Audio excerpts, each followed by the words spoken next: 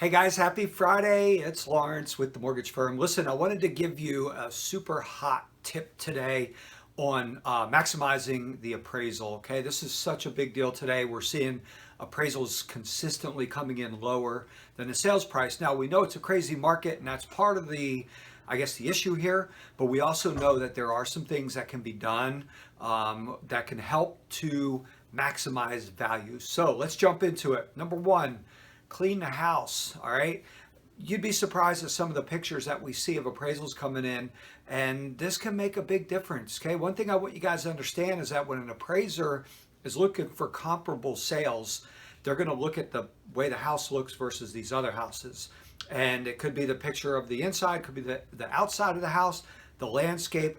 Like, just get the house nice and clean looking before the appraiser comes out.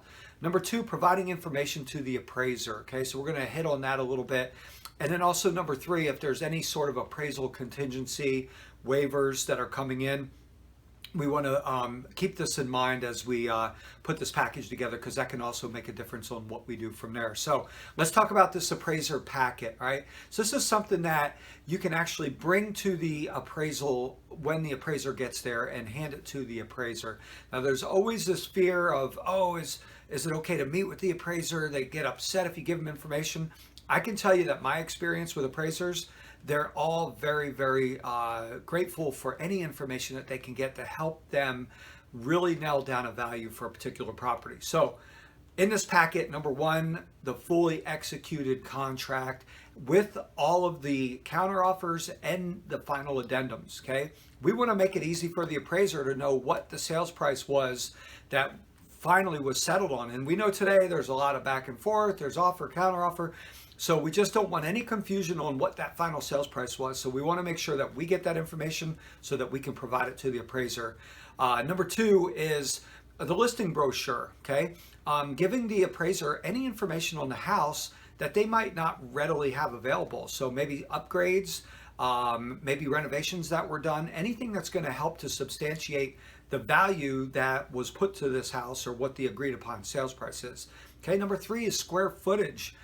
You'd be surprised, the county square footage is wrong a lot. So some appraisers will go out, they'll measure, others will take what's on the county website. So if you can nail down that square footage, if there's another appraisal that was done that had an appraiser that went out and actually measured, this can make a world of difference on the final value of that house. Okay. Number four, area information. This is huge. Okay, this is where the agents can come in and really help nail this down. Okay, you guys know what's pending in the area.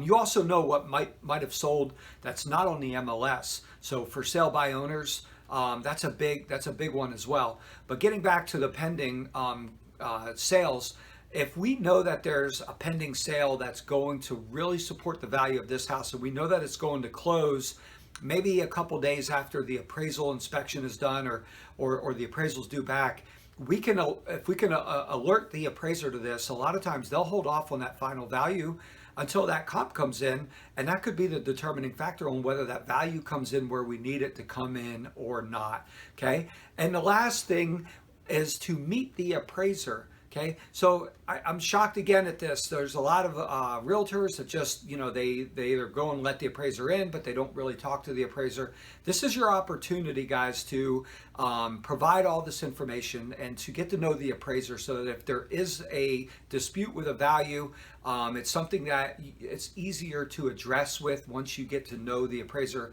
You've met them, you've provided information, and again, a lot of times that's the information that makes the difference on what that appraisal comes in at. So I hope this helps. I know that this is going to be a battle moving forward. As long as we're in this current market that we're in, we're going to continue to see the battle between appraisers and realtors and what the real value of that house is.